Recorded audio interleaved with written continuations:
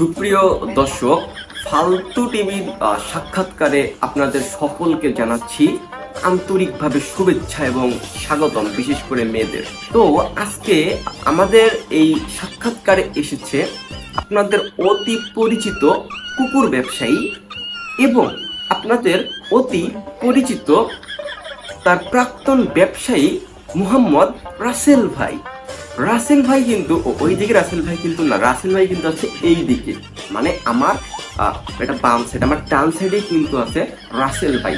তো আমি রাসেল ভাইকে মানে আপনাদের অতি পরিচিত প্রাক্তন ব্যবসায়ী এবং কুকুর ব্যবসায়ী ভাইকে তো একটা জিনিস শুনে কথা, আমাদের কোশ্চেন কিন্তু একটাই। আজকে রাসেল ভাইকে আমরা শুধুমাত্র একটা কোশ্চেন করার জন্যই এই সাক্ষাৎকারে কিন্তু নিয়ে এসেছি। তো রাসেল ভাই, আপনি প্রথমেই বলবেন যে আমাদের এই যে ফালতু টিভির সাক্ষাৎকারে এসে আপনার কেমন লাগছে? আচ্ছা, তো মুরাদ ভাই, আমি রাসেল ভাই বলতেছি যে আমি কখনো আমার প্রাক্তনকে ক্ষমা করব না।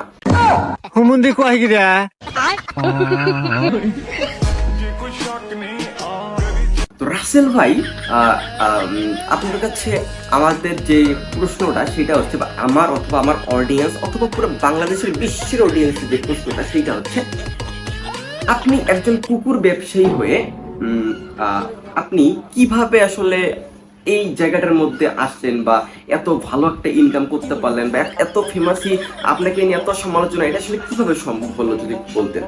আমি শুরুতেই যে বিষয়টা বলতে চাই, যে বিষয়টা হচ্ছে যে আমি রাসেল ভাই, আমি কখনোই আমার প্রাক্তনকে ক্ষমা করব না। আমি একজন কুকুর ব্যবসায়ী, কুকুর দেখিয়েই মূলত প্রকৃত, আমি কিন্তু কিচ্ছু পড়াশোনায় আমি কিন্তু সেরকম নাই আমার মধ্যে কিছু, যেহেতু আপনারা সবাই আমাকে ধরছেন, এখন কিন্তু আমার সত্যিটা না বলা ছাড়া আমার কিন্তু কোনো আসলে উপায় নাই। আমার স্বপ্ন ছিল আমি আসলে কুকুর ব্যবসা করে আমি আসলে আমার জীবিকা নির্বাহ করব। তবে কুকুর ব্যবসা করতে গিয়ে আমি আসলে একটা ফেসবুক পেজ খুলি। এই ফেসবুক পেজ খুলে আমি আমার কুকুর ব্যবসার ভিডিও কিন্তু আপলোড দিতে শুরু করি। এর মাঝেই আমি একটা কনসেপ্ট খুঁজে পাই, আমার প্রাক্তনকে বিক্রি করা।